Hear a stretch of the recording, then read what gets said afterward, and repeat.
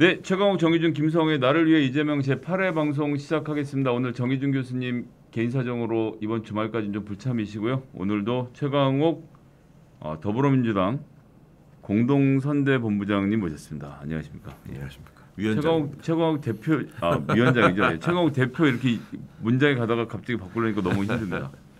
최강욱 최고위원님 안녕하십니까? 네, 안녕하십니까. 예. 대변인님. 요즘 굉장히 바쁘시죠?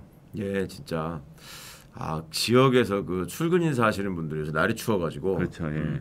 다른 데는 몰라도 발이 그렇게 시렵다고 다들 고통으로서 하시는데 오늘 지나고 나면 좀 더 따뜻해진다니까. 예, 내일부터는 좀 나아질 네. 것이니 분위기가 많이 좋아지고 있어서 아, 다들 네. 기분이 나는 것 같습니다. 네. JM투데이도 출연하셨다면서요? 네, 어젯밤에 제가 그걸 9시부터 하자길래 당연히 아침 9시 걸 줄 알았는데 밤 9시더라고. 매일매일 또 토론이 있는 날은 토론 끝나고 해가지고 뭐 한 12시까지 하고 막 그렇죠. 그런다는데 많은 분들이 그래도 그거 알고 계시고 많이 보시는 것 같더라고요. 예, 어제도 5만 명 넘게 시청하셨다고 들었습니다.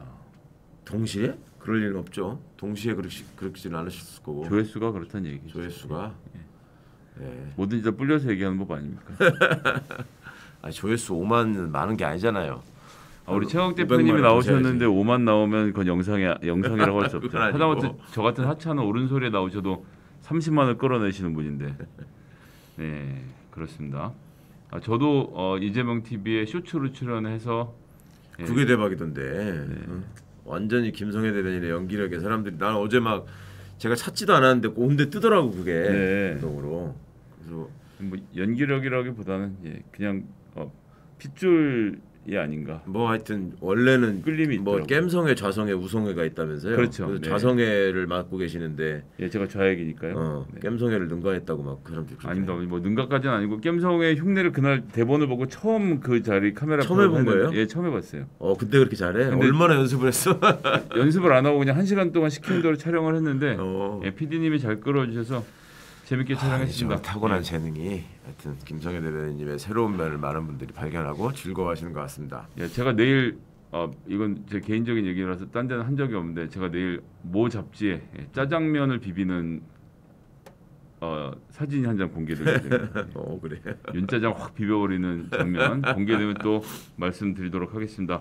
자, 대선 정말 얼마 안 남았는데요. 지금 재외국민 투표가 오늘부터 시작됐습니다. 2월 23일부터 2월 28일까지 재외국민 선거 운동 기간입니다. 제가 또 재외국민으로서 2009년에 저 재외국민 투표 해보셨죠? 선거법이 통과됐을 때 제가 민주당의 이미경 사무총장님한테 편지를 보내서 미국에 살고 있는 김성애라는 사람인데 저를 당직자를 시키셔야 된다. 해외 조직을 만들어서 재외국민 선거를 해야 되지 않겠냐. 예, 라고 이력서를 집어넣어서 민주연구원에 채용이 됐습니다. 그때 이미경 의원님이 원장님이셨어요. 사무총장이실 때였거든요. 예. 그래서 김성권 의원님 이 준비하고 있는 세계 한인 민주회의에 미주 조직 하는 거 제가 같이 전국 돌아다니면서 했었고요.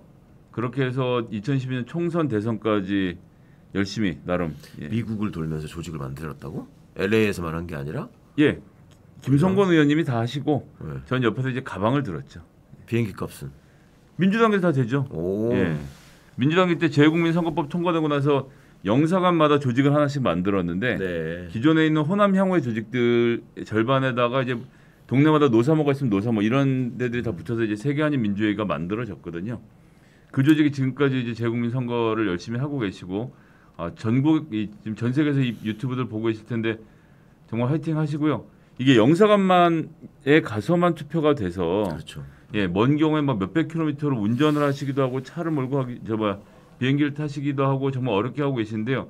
우편 투표법 개정 등 우리 재국민들을 위한 편의 제공이 좀 더 앞으로 더 있어야 될 거라고 생각을 합니다. 몇백이 아니라 몇천 킬로미터던데. 예, 그런 경우도 많이 있었고요. 재외국민들께서 투표를 위해서 지금 준비하시거나 이동해야 되는 거리 같은 거 이렇게 많이들 알려주시나 봐요. 근데 그런 걸 생각하면 진짜 여기 계시는 분들이 투표를 포기한다는 거는 정말 저분들한테 면목이 없는 일입니다. 맞습니다. 꼭 좀. 자, 그 사진이 첨부된 여권, 주민등록증, 공무원증, 운전면허증 등을 지참하시고 안내받으신 그 투표소에 가셔서 꼭 투표 귀중한 표 행사해 주셨으면 하면 부탁드리겠습니다. 사실 그리고 역대 재외국민 투표에서는 더불어민주당이 계속 앞섰습니다. 항상 많이 앞서죠. 항상. 그러니까 제도 바꾸려고 좀 편하게 투표하게 해드리려고 해도 반대하지 저기서. 근데 이게 정말 아이러니한 것은 만들기 전에는 민주당이 반대를 했어요. 재국민 이 투표권을 제기하는 것에 대해서 보수표가 많을 거라고 생각하고 지레짐작했다가 실제 까보니까 거꾸로 됐던 아주 웃기는 일이 있었는데요. 22만 6천 재국민 유권자분들 꼭 귀중한 표 행사해 주시길 부탁드리겠습니다. 자, 오늘은 21일에 있었던 추경 통과하고 또 토론 이야기 좀 나눠보려고 하는데요. 16조 9천억 원이 통과가 돼서 오늘부터 방역지원금이 지급된다고 합니다. 저 아는 분은 이미 신청도 했고 오늘 오후부터 나오겠다라는 통보도 받았다 이렇게 말씀하시더라고요. 지난 방송에서 제가 말씀드렸지만 시스템이 다 갖춰 있어가지고 뭐 2, 3일이면 다 지급이 된다고. 대통령께서도 빨리 집행하는 게 중요하다라고 말씀하셨으니까 하여튼 어려운 소상공인분들께 꼭 좀 작게나마 도움이 됐으면 하는 마음입니다. 그리고 이재명 후보가 당선되고 나면 즉시 또 더 이상의 어떤 그 실행 이런 것들을 지금 약속하셨으니까 기다려 주십시오 조금만. 그리고 이제 4당 대선 후보 TV 토론회가 또 있었습니다. 세 번째였죠. 이번에 중앙선거 이 방송토론위원회에서 주최했던 1차 토론회였고 경제분이었는데요. 어떻게 좀 보셨습니까? 토론은 뭐 예상했던 대로 그 윤석열 후보가 계속되는 무지와 무능의 모습을 보여서 많은 분들이 또 한번 다시 개탄을 금치 못하시는 것 같은데, 근데 내용도 내용이지만 그 태도를 그렇게 못 바꾸대요. 그러니까 그 검사 시절에 가졌던 그 오만하고 위압적인 태도, 이거를 국민 앞에 서가지고도 그대로 보이고 있다는 것이. 아니 물 빼는데 지금 6달도 안 됐는데 그 빠지겠습니까? 그러니까 그래도 선거에 나온 사람이, 그러니까 이재명 후보의 가장 큰 장점으로 이제 이재명 후보를 잘 몰랐던 분들이 말씀하는 게 이분이 굉장히 흡수력이 높고 소통이 잘 된다라는 얘기인데 정반대에 있는 것 같아요. 그러니까 이미 제기된 문제에 대해서도 공부가 안 되고 새롭게 나오는 얘기는 더더욱 모르고 이번에도 뭐 단어 몇 개 외워와가지고 써먹으려고 최대한 애를 쓰다가 안철수 후보한테도 면박을 당하고 뭐 멍하니 서 있는 꼴이 되고 그랬는데 하여튼 참 아쉽고 그 마지막 후보들의 마지막 발언 때문에 그 화제가 되더라고요. 그렇습니다. 그 이재명 후보는 그 기회, 청년들의 기회 부족 때문에 이 편을 갈라 싸우는 일이 없도록 하겠다, 기회를 확대하겠다, 이런 미래지향적인 경제 공약에 그 관련한 설명들을 이렇게 했는데 뜬금없이 지금 윤석열 후보가 사위를나 뭐 며느리로 누구를 삼겠습니까? 뭐 이런 얘기를 해가지고 사람들이 많이들 그걸 가지고 그 패러디를 하시던데. 그래서 당신 사위 삼으려면 당연히 검사 사위 삼아가지고 재산 챙겨야지. 그만한 사위가 어디 있어요? 지금 뭐 17만 평이 넘는 막 땅에 막 이런저런 모든 것들 종횡무진할 수 있는데 그렇게 든든한 사위, 아이고 뭐. 윤석열 검사가 정말 든든한 사위라고 자기들끼리 생각하겠죠. 저는 개인적으로는 그동안에 그렇게 부인해왔던 김건희 씨가 주식 투자에서 손해봤다는 얘기, 슬그머니 말을 완전히 바꿨어요 지금. 완전 바꿨죠. 와이프가 한 게 사실이고 그 기간 동안에 손실도 있고 수익도 있었다. 여기까지 지금 갔습니다. SBS가 9억 원이라고 수익액을 또 확정해 줬고요. 뉴스타파가 완벽하게 분석을 해서 김건희, 최은순 뭐 통정 매매도 많이 있었고 액수도 굉장히 컸고 범죄 일람표에 290차례 등장한다는 것은 정말 놀라운 일이죠. 거기 뭐 나올 수도 있는 거 아니냐라는 말까지 미리 예상해서 거기 지금 랭킹이 제일 높다 이런 얘기까지 다 했는데 그 주가 조작은 소위 개미들의 고열을 빼먹는 일이잖아요. 그렇습니다. 본인 입으로도 예전에 그 가장 심각한 범죄라고 얘기한 적이 있고 이 사람들의 특징은 항상 그 가장 어려운 처지에 있는 분들, 좀 약한 분들의 돈을 빼먹고 뻔뻔하다는 데 있습니다. 요양병원 얘기도 마찬가지잖아요. 그렇죠. 그 부분도 그렇게 수십억을 빼먹고 지금 아무 회수된 적도 없고 그런데 여튼 하여튼 참 여러 가지로 많은 것을 알려준 토론이었던 것 같고 토론을 기점으로 또 여론이 많이 좀 변하는 것 같아서 다행스럽게 생각합니다. 아니 우리 장모님 요양병원에서 부정수급만 23억인데 무슨 뭐 중국 사람들이 상위에서 8명 차지하고 외국인들이 의료보험 빼먹는다는 말을 어떻게 같은 사람이 할 수 있는지 참. 그러니까 본인 의료보험 그 7만 원 내는 사람 아니에요. 부인이 한 달에 200만 원 월급 받는다고 그러고 의료보험 7만 원 책정해 놓은 거 보면 참 대단한 사람입니다. 하여튼 뭐 그런 사유를 여러분 얻으시면은 뭐 좋겠다고 생각하실 텐데 그 지금까지 얘기고요. 앞으로는 그런 사위를 얻으면 패가망신한다는 거를 보여주는 그런 세상을 만들어야 되겠습니다. 이명박 대통령이 1층은 상가로 놓고 2층은 주택으로 놔서 세금을 아끼던 시절이 맞아. 생각이 나면서 야, 나는 얼마나 지금 무능하게 살고 있는가에 대해서 반성하는 대선 기간이 되고 있습니다. 돈도 많은 사람들이 그런 꼼수들을 그렇게. 그런데 그렇게 해야 돈을 많이 버는 거라고 그런 사람들은 생각을 하는 것 같습니다. 그렇죠. 정직하게 살아야죠. 그래서 저희 팩트 체크도 실시를 했었습니다. 이건 뭐 제가 개인적으로 한 것은 아니고 더불어민주당 선대본부의 상황실이 주도를 해서요.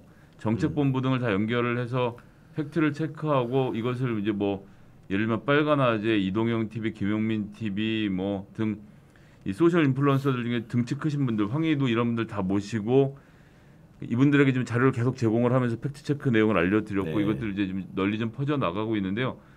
아 너무 바쁜 게 거짓말을 분 단위로 쏟아내니까 그러게. 이걸 다 거짓말이라고 설명하는 것도 힘들었습니다. 예를 들면 이재명 후보가 말바꾸기를 계속 해왔다라고 했는데 알고 보면 이재명 후보 평균 공약 달성률이 90%가 넘는다. 이런 것들. 윤석열 후보가 김만배 씨와 정영학 씨가 이재명 후보의 측근이다. 이것도 진짜 황당한 얘기죠. 얼토당토 없는 얘기고 오히려 본인이 10년 동안 상가집에서 한 번 본 게 다라고 말하는 게 더 이상하지 않습니까? 그것도 머니투데이 법조 팀장을 한 번만 봤다는 것을 그걸 누가 믿으라는 것인지. 어저께 기자회견하면서 유상범 의원도 자기도 김만배 안다 그러더라고. 그렇군요. 근데 윤석열 씨가 모른다는 거는 진짜. 그러니까요. 윤석열 후보가 또 이재명 후보가 헌법상의 방역의 공공정책을 이 헌법상 보상권을 거론하지 않았다고 했는데 참여연대에서 했던 질의에 이미 그렇게 답변을 했던 것이 작년의 일이고요. 뭐 등등 너무나도 좀 거짓말이 많아서 게다가 본인은 성차별은 구조적 차별이 아니다라고 하는 질문 다시 한번 대답해 보라니까 시간 쓰기 싫다라고 답변을 피하고. 그거 정말 잘못된 태도였죠. 그러니까 어쨌거나 남녀간의 갈라치기, 혐오 조장 뭐 이런 걸로 그냥 버텨보겠다는 건데 그 실체에 대해서 드러날까봐 이제 얘기를 아예 안 해버리고. 뭐 참. 정치 보복을 하겠다, 국물도 없다 이런 발언을 왜 했냐라고 이재명 후보가 물으니까 그런 발언 한 적 없다라고 또 오리발을 내밀고. 그 전전날 군산 유세에서 했던 것이 다 기록에 남아 있는데 말이죠. 그 영상에서 국물도 없다라고 한 번도 아니고 두 번인가 세 번 말했는데 그게 다 공개가 되는 걸 봤고. 국채 발행 가지고 또 나름 또 이게 전문적인 부분이라고 생각해서 시비가 붙었는데 제대로 공부를 안 하고 알지 못하는 상태가 나오니까 오히려 이재명 후보의 공약이 타당성이 있다라는 걸 확인해주는 꼴밖에 안 됐죠. 그러다가 이제 어제 방송 연설에서 윤석열 후보가 부정부패를 일소하는 것이 민생인데 정치 보복은 안 하겠다. 문장이 잘 연결이 안 되죠. 하여튼 그래서 본인 잘하는 검사일로 대통령에 대한 소일거리를 삼겠다라는 선언을 계속적으로 하고 있는 것이 아닌가. 참 안타까운 후보다라는 말씀을 드리겠습니다. 유일하게 외워서 써먹으려고 했던 게 디지털 플랫폼 아니었어요? F 발음까지 엄청 입술 물어가면서 신경 써서 하던데 그런 저런 얘기를 가지고 좀 있어 보이려고 했다가 그 세금을 걷는 것을 약탈이라고 유세해서 지금 표현하고 있는데 그러니까요. 그거에 대해서 심상정 후보가 시작하면서 종부세 얼마 냈냐고 하니까 그것도 모르면서 몇백만 원 자기 아내 집이라서 모른다. 참 정말로 하여튼 도대체 뭘 아는지 모르겠어요. 정말 술 앞에서만 진심이지 이게. 한 20억짜리 주택을 가지면 세금 이렇게 내도 되냐고 본인이 유세 나가서 얘기했단 말이잖아요. 종부세로 약탈당한다고 말했는데 본인 집이 실제로 얼마를 내고 있는지 몰랐고 92만 원이라고 하니까 뭐 세금 다 합쳐서 수백만 원인 것 같다 이런 식으로 얘기를 또 얼버무리는 등. 그러니까 종부세를 공격하려면 20억짜리 아파트에 얼마의 종부세가 먹여지는지는 대본 써준 사람한테 물어보아야 하지 않습니까? 진짜 그건 알아야 되잖아. 정말 양심적으로. 아니면 멀지 않은 곳에 있는 아내분한테 여보 우리 작년에 얼마 냈더라라고 물어보는 정도는 할 수 있는 것이 아닌가 싶은데 전혀 준비되지 않은 발언들을 여기저기 가서 하고 있으니 참 보는 사람들로서는 답답할 수밖에 없었습니다. 그쪽 딱 사람들도 많이 답답하대요. 유세팀에서 흘러나오는 얘기가 제발 유세 가서 좀 써준 얘기만 하라고 하는데 본인이 거기서 나름 또 그 뽕을 맞아가지고 흥분을 한다네. 그래서 안 써준 얘기를 자꾸 해가지고 그러니까 그 써준 얘기도 사실은 제대로 소화를 못하니까 전에 왜 그 재밌는 장면 있었잖아요. 바람 불어가지고 원고 확 날아가니까 원고를 가서 집어주는 게 아니라 마이크부터 없애잖아요. 그러니까 사실 이제 검사들이 좁은 공간에서 이렇게 혼자 앉아 있고 영적으로 쫙 사람들 도열해 갖고 한 10명 놓고 이제 도리도리 하면서 얘기는 해봤지만 이게 수많은 군중 앞에 서본 적이 없잖아요. 네. 여기에 또 뻥을 잔뜩 맞으신 분이 우리 황교안 대표님. 네, 네. 정광훈 목사가 깔아주는 레드카펫마다 올라가 이러면서 막 너무 신나하셨었거든요. 그때 그렇죠. 당대표 하던 맞아, 당시에. 맞아. 네. 근데 이제 그것이 또 지금 오는 거죠. 사실 군중들과 함께 대화를 나눈 정치인들은 그런 것들과 이제 교감을 이루지만 막 네. 너무 흥분을 하고 막 이렇게 하진 않거든요. 근데 윤석열 후보 지금 처음이니까 얼마나 재밌겠어요, 사실은. 예. 아니 뭐 다 자기 좋아하는 사람들 이렇게 많이 모아놓고 얘기하는 거 즐거우실 텐데 제발 좀 준비된 이야기들 위주로 해주셨으면 좋겠다라는 말씀 드리겠고요.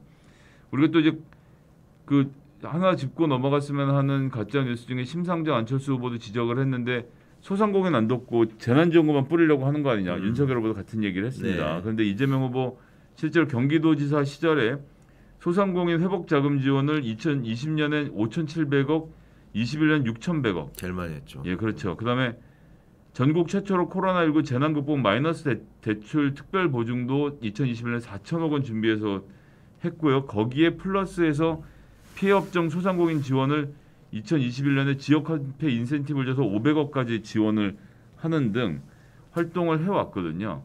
이런 사실들, 그러니까 이 정치인들 제일 큰 문제 중에 하나가 자기가 모르면 한 게 아니다라고 우기는 것, 이런 습관은 좀 버려야 될 거라고 생각을 하고 있습니다. 또 이외에 또 뭐 좀 짚어볼 만한 말씀이 있으셨을까요? 성의 없는 무식 중에 그것도 있네요. 주식 양도세가 왜 생겼는지 아느냐라고 심상정 후보가 물었을 때 네. 지난번 토론에서 주식 양도세 폐지 공약이나 이런 거 관련해서 한번 논쟁이 있었잖아요. 네. 가서 확인을 좀 해봤어야 되는데 이 사람은 뭐든지 얘기가 나와도 자기가 잘 몰라서 창피를 당해서도 확인도 안 하고 반성이 없어요. 이게 청약통장 가지고도 한번 그랬고 또 원래 주식 양도세 문제도 그거를 그렇게 멋쩍게 웃으면서 알려주십시오 하는데 뭔지도 모르고 폐지하자고 했다는 거잖아요. 그렇죠. 근데 양도소득세라는 게 뭔지를 아마 모르시는 것 같아요. 그 기본적으로 진짜 그런 생각이 없는 것 같아요. 그러니까 이 소득의 차이가 벌어져서 돈을 현금으로 많이 벌면 내는 세금이다. 이런 정도는 좀 주변에서 가르쳐 드려야 되는데 요걸 모르니까 얘기가 진전이 안 되고 더 놀라운 것은 금융투자소득세라는 게 신설이 됩니다. 예. 그래서 주식 양도소득세가 금융투자소득세에 병합이 되거든요. 이것은 제가 하는 얘기가 아니라 국민의힘 윤창영 정책부본부장이 설명하시는 건데 그래서 양도소득세 폐지하는 게 아니에요. 사실은 그냥 세금의 이름만 바뀌는 주식 거죠. 투자소 그러니까 자본 금융투자소득세로 바뀌어서 그런 수익 그다음에 은행에서 벌어들인 이자 배당금 이런 것들을 다 합쳐서 전체로 벌어들인 수익에서 얼마까지를 한도로 해서 감해주고 나머지에 대해 세금 먹일 것인가를 이거 이미 정부에서 만들어놓은 안을 진행하는 건데 이걸 공약으로 발표를 한 거예요. 그러니까 네네.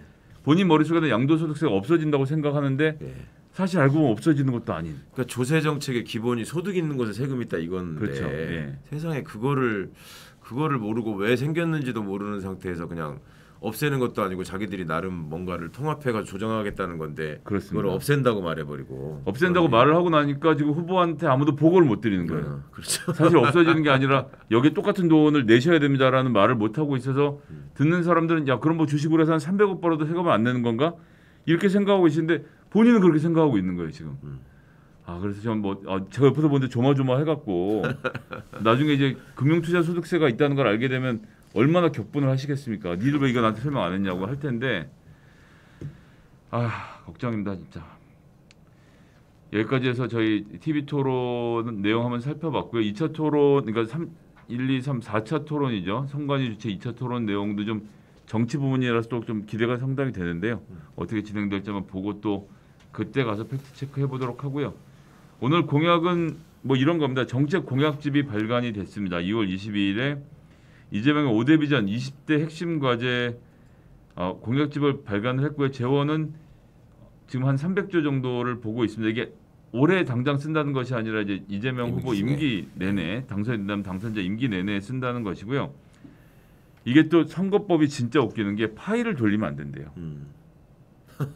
링크는 돌려도 되고.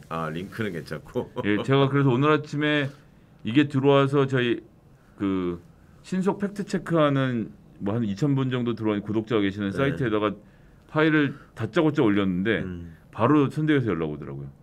파일은 안 된다고.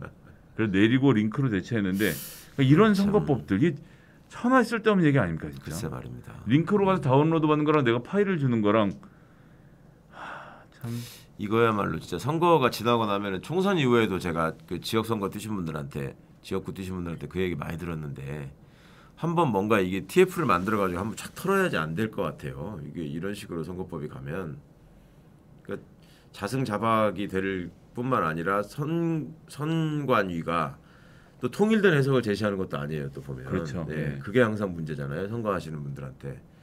아니 그 선관위한테 왜 정당이 현수막 내용을 검사를 받아야 됩니까? 아니 예를 들어서 소가죽을 뱉기도 말든 저는 반대하는데 그걸 올려서 유권자들이 저거 진짜 불성사납다고 하면 심판 받는 거죠. 그런 내용을 왜 선관위가 소가죽은 안 되고 뭐 돼지 가죽인데 이런 걸 정한다는 자체가 되게 웃기는 일인데 벌어지고 있다는 것. 그리고 또 저 같은 정치 신인 사람은 길거리 가면서 출마하고 싶다라고 말하면 잡혀가는 거예요. 예. 출마를 다른 사람에게 선언하는 순간 사전 선거 운동으로 체포가 됩니다. 저는. 그런 줄. 그래서 불법인 거죠. 예. 그거 제가 옆집에 가서 배를 누르면서 이번에 출마하고 싶습니다라고 말하면 호별방으로도 잡혀가고. 이 말도 안 되는 선거법으로 옥죄어 있는 이런 환경은 이번에 정치개혁 특위에서 좀 한번 털어야 되는 내용 아닌가라고 생각을 해서요. 선거운동 기간 제한하는 것도 좀 그렇고. 그러니까요. 그러니까 뭐 3주 동안 죄 나와갖고 옷 입고 막 춤추고 앰프 틀고 시끄럽지 않습니까? 네. 예, 유권자분들에게도 좋은 제도가 아니다. 전 세계적으로 선거운동 기간이란 걸 정해서 선거하는 엽기적인 나라는 거의 우리나라랑 일본 정도밖에 없다는 것을 알아주시고요.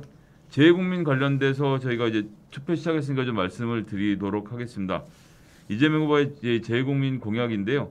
재외 우편 투표제 도입 계속 얘기하고 있는데 지금 안 이루어졌지 않습니까? 서영교 위원장이 애썼지만 국민의힘이 계속 반대를 지금 하고 있는 경우 사실 이게 놀랍게도 이준석 대표도 여기 합의를 했는데 국민의힘에서 반대를 해서 못 하고 있습니다. 그렇군요. 그것도 처음 들었네요. 유권자들의 권리를 제약하는 것 좀 제발 좀 그만둬 주시고요. 재외동포 기본법을 제정을 해서 재외동포들의 권익을 보살피려는 노력 그리고 재외동포 청도 설립을 지금 추진하고 있습니다. 어쨌거나 기본법이 만들어지면 관리하는 부서가 있어야 되고 이분들이 사실 전 세계에 나가서 우리나라를 알리고 우리나라 또 교역을 하고 재외국민들의 역할이 크시지 않습니까? 그렇죠. 네. 이런 분들이 꼭 일을 잘 하실 수 있도록 그런 분들을 좀 체계적으로 준비를 하고 있습니다. 우리나라 걱정을 제일 많이 하시는 분들이 사실은 재외동포로 계시면 맞습니다. 예. 훨씬 더 한국 국내 상황에 관심도 많으시고 열린민주 TV에 또 해외 구독자들 굉장히 많으세요. 맞아요. 예. 네. 관심 있게 지켜봐 주시고 꼭 투표에 참여해 주시고요.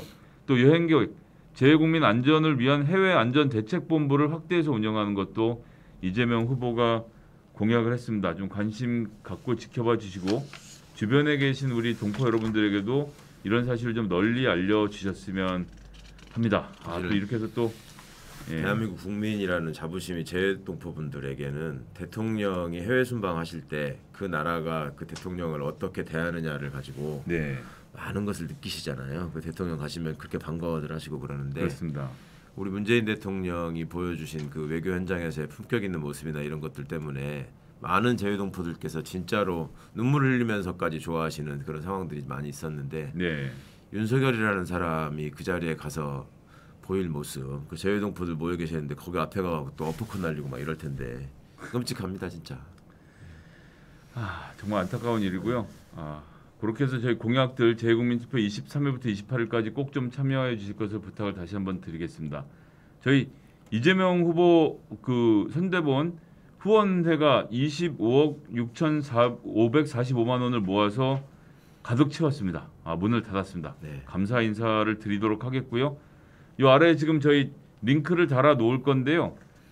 이재명과 함께 앞으로 챌린지라는 것을 하고 있습니다.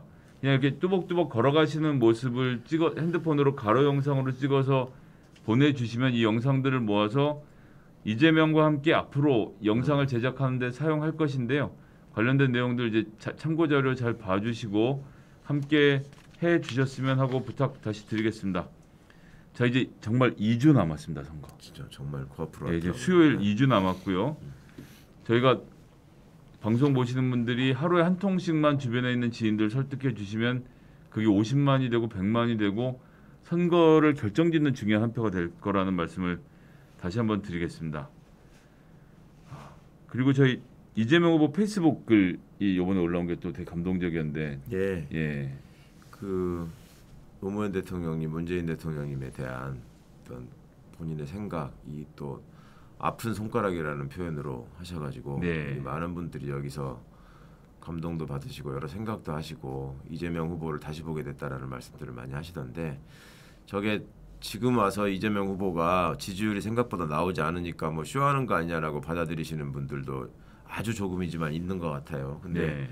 그렇지 않습니다. 내용을 읽어보시면 사람이 저 글을 쓰면서 담고 싶었던 마음 이런 게 있는데 무엇보다도 노무현 대통령을 모셨던 우리 이광재 의원이나 김영배 의원이나 이런 분들은 저 마지막 문장 5월 대통령님 13주기에 문재인 대통령님과 손잡고 대한민국 20대 대통령으로 인사드리고 싶습니다 하는 네. 말 때문에 정말로 울컥해가지고 그 감정을 잘 추스리지를 못하더라고요. 그러니까 이 모습 사실은 작년에 이제 그 노 대통령님 추모 행사에 제가 갔었잖아요. 네네. 그때 우리 권양숙 여사님이 그 말씀을 하셨었어요. 그러니까 문재인 대통령께서 취임하시고 바로 첫 해에는 그 행사에 참석을 하셨잖아요. 그러고 그때 이제 말씀하시면서 제가 대통령직을 잘 마치고 네네. 돌아와서 다시 인사드리겠습니다라고 말씀하신 그게 벌써 이번에네요. 그렇죠. 예. 그리고 이제 그때 그 다음에는 또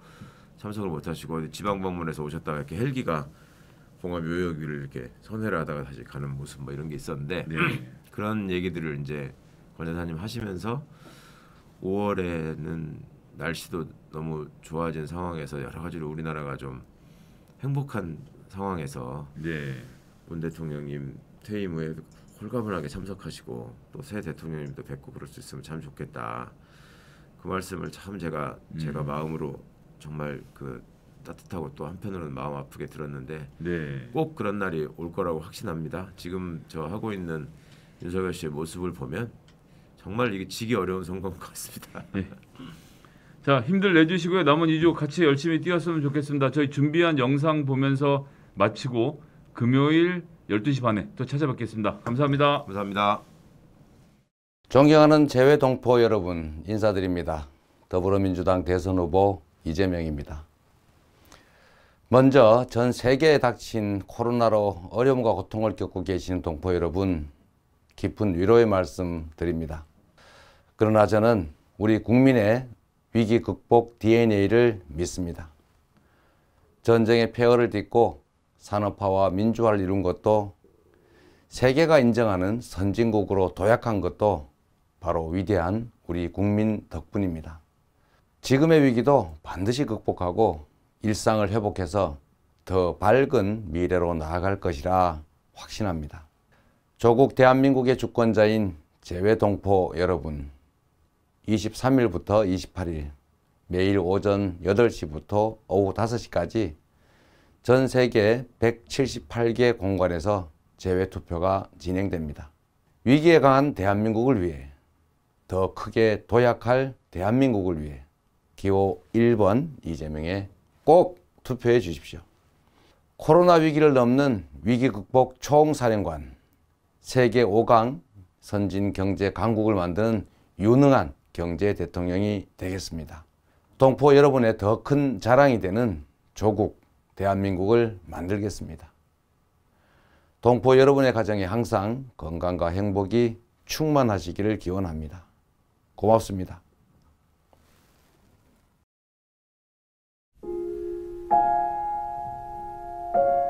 이것은 허황된 꿈일지도 모른다. 어떻게든 이걸 현실화시켜야 할 텐데 나에게 그런 능력이 있을까? 변호사를 개업하겠다. 그래서 약한 자, 나의 어린 시절처럼 약한 자를 돕겠다. 사회적 지위가 높은 사람보다는 인간적인 사람이 되어야겠다. 청년 이재명의 일기는 미래의 자신과의 약속이었습니다. 지켜왔고 지키고 있고 끝까지 지켜갈 것입니다. 그는 오늘 일기에 이렇게 씁니다. 반드시 이재명은 합니다. 유능한 경제 대통령 기호 1번 이재명